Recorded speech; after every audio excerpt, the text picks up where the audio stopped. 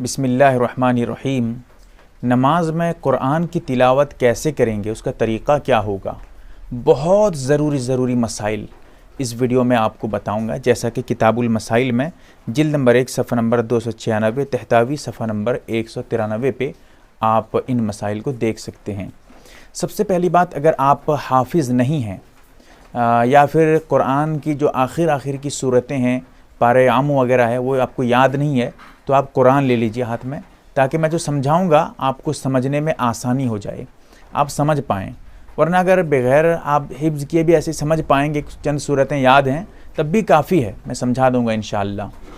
سب سے پہلی بات یہ ہے کہ فرض نمازیں، ان کی جو پہلی 2 رکعتیں ہوتی ہیں، پہلی رکعت اور دوسری رکعت، فرض نمازوں کے بارے میں کہہ رہا ہوں، ہر پہلی اور دوسری رکعت میں سورہ فاتحہ بھی پڑھنا ضروری ہے، اور کوئی بھی سورہ ملانا، کچھ آیتوں کا پڑھنا، یہ بھی ضروری ہے۔ اور اس کے بعد اگر 3 رکعت والی فرض نماز ہے تو تیسری رکعت میں، 4 رکعت والی نماز ہے تو تیسری اور چوتھی رکعت میں صرف اور صرف سورہ فاتحہ پڑھنا ہے، کوئی سورہ وغیرہ نہیں ملانا ہے۔ اگر فرض نماز کے علاوہ کوئی بھی نماز ہے، وتر نماز ہو، نفل نماز ہو، سنت مؤکدہ ہو، سنت غیر مؤکدہ ہو، یا کوئی بھی نماز فرض کے علاوہ کسی بھی طرح کی نماز ہو، نفل نماز جو بھی ہو، ہر رکعت میں، چاہے پہلی رکعت ہو، دوسری رکعت ہو، تیسری ہو یا چوتھی ہو، ہر رکعت میں سورہ فاتحہ کے ساتھ ساتھ سورت کا ملانا، کوئی سورہ پڑھنا یا چند آیتوں کا پڑھنا، 3-4 آیتوں کا پڑھنا، کم سے کم 3 آیتوں کا پڑھنا، یہ سب ضروری ہے۔ ٹھیک ہے، پہلی بات تھی۔ دوسری بات یہ ہے کہ قرآن کو الٹا مت پڑھیے گا نماز میں۔ وہ کیسے، میں آپ کو سمجھانے کے لیے کہتا ہوں۔ جیسے قرآن میرے ہاتھ میں ہے، اس کو سمجھیے گا، بہت اہم ہے، میں بالکل سمجھانا چاہتا ہوں آپ کی، تاکہ آپ سمجھ پائیں۔ قرآن میں آخر میں کھولیے گا، اس میں دیکھیے گا، یہ اس میں لکھا رہتا ہے ترتیب۔ دیکھیے گا، قرآن آپ کے گھر میں اگر ہو، کھول کے دیکھیے گا، اس طرح لکھا رہتا ہے۔ اس میں کیا لکھا رہتا ہے؟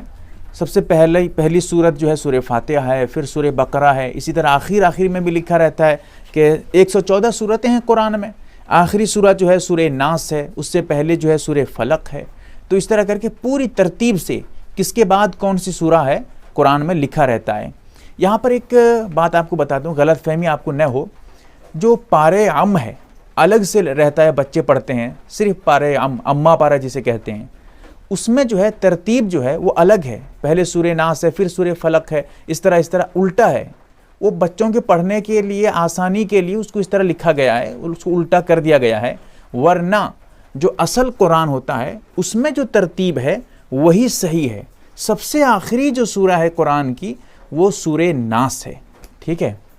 قرآن کو الٹا پڑھنا کیسے؟ جیسے آپ نے پہلی رکعت میں سورہ نصر پڑھی۔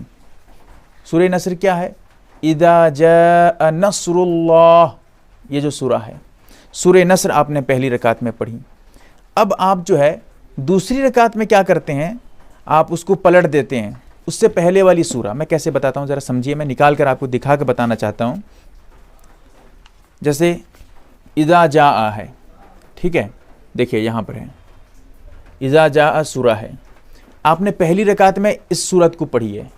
اب دوسری رکعت میں یا اس کے بعد والی تیسری، چوتھی، کوئی بھی رکعت ہو، اس کے بعد والی رکعتوں میں آپ اس سورہ سے پہلے والی سورہ جو ہے، چاہے وہ مطلب فوراً پہلے ہو، جیسے آپ قل یا ایھا الکافرون ہے، آپ اس کو پڑھتے ہیں، یا اس سے پہلے کوئی بھی سورہ ہے پورے قرآن میں، آپ اس کے بعد سورہ بقرہ شروع کر دیتے ہیں، یا اس کے بعد آپ مثال کے طور پہ سورہ والعصر پڑھنا شروع کر دیتے ہیں۔ ٹھیک ہے، اس طرح کر کے مطلب الٹا کر دیتے ہیں۔ جو سورت آپ پڑھے ہیں اس سے پہلے والی سورتوں میں، چاہے وہ کتنی بھی مطلب ایک بھی پہلے ہو یا اس سے 2-4 سورت سے پہلے ہو، جو بھی ہو، اس سے پہلے اگر آپ قرآن پڑھتے ہیں تو پھر یہ ترتیب کے خلاف ہے، اور یہ مکروہ تحریمی ہے، جائز نہیں ہے پڑھنا۔ نماز ہو جائے گی لیکن سخت مکروہ ہے۔ اگر ہاں غلطی سے ہو گئی، آپ کو معلوم نہیں تھا، آپ جانتے نہیں تھے، یا غلطی سے کوئی سورہ پڑھنا چاہتے تھے، اس کو جو ہے آپ غلطی سے کچھ دوسری سورہ پڑھ دیتے ہیں، کوئی بات نہیں ہے، نماز مکروہ بھی نہیں ہوگی۔ جان بوجھ کر الٹا اگر پڑھیں گے قرآن کو تو پھر مکروہ ہے۔ اور تیسری بات، ایک سورت چھوڑ کر نہ پڑھیں، اس میں بھی تفصیل ہے، وہ بھی تفصیل آپ کو بتا دیتا ہوں، سمجھیے گا۔ ایک سورت چھوڑ کے پڑھنا کیسے؟ مثال کے طور پہ آپ نے جو ہے پہلی رکعت میں اذا جاء، اس سورت کو آپ نے پڑھی، سورہ نصر کو، ٹھیک ہے، پہلی رکعت میں آپ نے اس کو پڑھی۔ اب اس کے بعد والی جو آیت تھی، جو سورت تھی، جو سورہ اس کے بعد میں ہے، تبت یدا ابی لہب وتب، آپ نے اس سورت کو نہیں پڑھی، اس کے بعد والی سورت کو چھوڑ دی، ایک سورہ آپ نے بیچ میں چھوڑا، اس کے بعد قل هو اللہ احد، دیکھیے اس کے بعد یہاں پر ہے قل هو اللہ احد، آپ نے اس سورت کو پڑھی ہے، بیچ میں ایک سورہ آپ نے، صرف ایک سورہ جو ہے آپ نے چھوڑ دیا ہے، یہ مکروہ تنزیہی ہے، ناپسندیدہ ہے، اس طرح نماز میں نہیں پڑھنا چاہیے۔ ہاں اگر کوئی پڑھ لیتا ہے نماز تو ہو جائے گی، اگر غلطی سے پڑھا ہے تو پھر کوئی مکروہ بھی نہیں ہے، جان بوجھ کر اگر ایک سورہ چھوڑ کے پڑھتا ہے تو پھر مکروہ ہے۔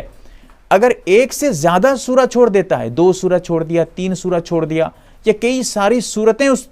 جو ہے چھوڑ دیتا ہے، جیسے مثال کے طور پہ اذا جاء ہے، جیسا کہ میں نے بتایا ہے یہاں پر اذا جاء، اس سورت کو پڑھا،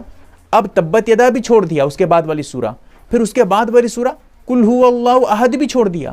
2 سورہ بیچ میں چھوڑ دیا، اب اس کے بعد پھر سے پڑھ رہا ہے قل اعوذ برب الفلق، بیچ میں 2 سورہ چھوڑ کے پڑھتا ہے، کوئی بات نہیں، بلا کراہت جائز ہے۔ یعنی یہ کہنا چاہتا ہوں صرف اور صرف ایک سورہ چھوڑ دینا بیچ میں یہ مکروہ ہے۔ اگر ایک سے زیادہ سورت آپ بیچ میں چھوڑ دیتے ہیں تو کوئی حرج نہیں ہے۔ ہاں بہتر کی جہاں تک بات ہے، بہتر ہے کہ مسلسل پڑھیں، یہ بہتر ہے تاکہ مضمون جو ہے وہ صحیح طریقے سے چل سکے۔ اور اسی مسئلے میں ایک اور مسئلہ، اگر آپ مثال کے طور پہ اس کو سمجھیے، جیسے سورہ والعصر ہے، ٹھیک ہے، والعصر، اس سورت کو، سورہ عصر کو پہلی رکعت میں آپ پڑھتے ہیں، اس کے بعد والی جو سورہ ہے ویل لکل ہمزۃ لمزہ، اس سورت کو جو ہے، کیونکہ میں جلدی جلدی بتاتا ہوں اس لیے میں بالکل واضح طور پہ قرات نہیں کرتا ہوں، اس لیے صحیح سے سمجھیے گا اس کو، تو اس سورت کو آپ نہیں پڑھتے ہیں، ایک سورہ یہاں چھوڑ دیتے ہیں، پھر اس کے بعد جو ہے آپ الم ترا پڑھتے ہیں۔ یہیں پر آپ کو سمجھنا ہے، بہت باریکی کے ساتھ آپ کو بتاتا ہوں۔ اس مسئلے کو سمجھنے سے پہلے ایک چیز اور سمجھیے گا، نماز میں پہلی رکعت کے مقابلے میں دوسری رکعت کو یا تیسری رکعت کو یا چوتھی رکعت کو طویل کرنا، لمبی قرات کرنا، کم سے کم 3 آیتوں سے زیادہ پڑھ دینا،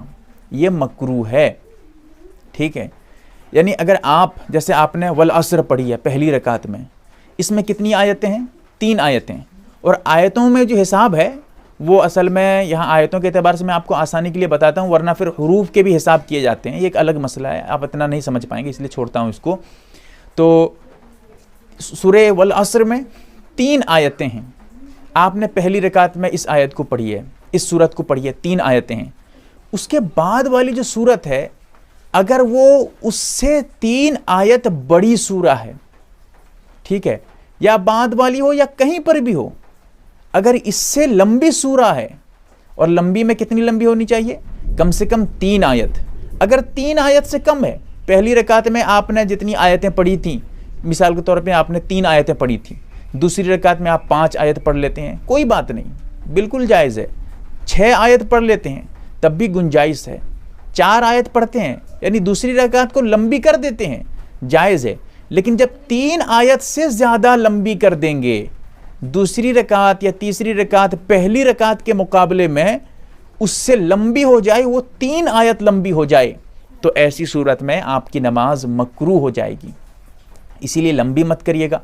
اب اس کی وجہ سے میں یہ بتانا چاہتا ہوں، اس کو سمجھیے، آپ نے پہلی رکعت میں سورہ والعصر پڑھی ہے، ٹھیک ہے، اس میں 3 آیتیں ہیں، اب اس کے بعد والی جو سورت ہے ویل لکل ہمزۃ لمزہ، یہ سورہ جو ہے اگر آپ دیکھتے ہیں تو 9 آیتیں ہیں، ٹھیک ہے، یہ دیکھیے 9 آیتیں ہیں، اس میں کل 9 آیتیں۔ اگر آپ اس سورت کو پڑھتے ہیں بعد والی رکعت میں، پہلی رکعت میں والعصر، دوسری رکعت میں آپ ویل لکل پڑھتے ہیں، تو ایسی صورت میں آپ کی نماز مکروہ ہو جائے گی۔ کیوں؟ پہلی رکعت میں 3 آیتیں تھیں، دوسری رکعت اس سے 3 آیت سے بھی زیادہ لمبی ہو گئی، ہاں 4 آیت، 5 آیت، 6 آیت بھی ہو جاتی تب بھی چل جاتی، کوئی بات نہیں، لیکن جب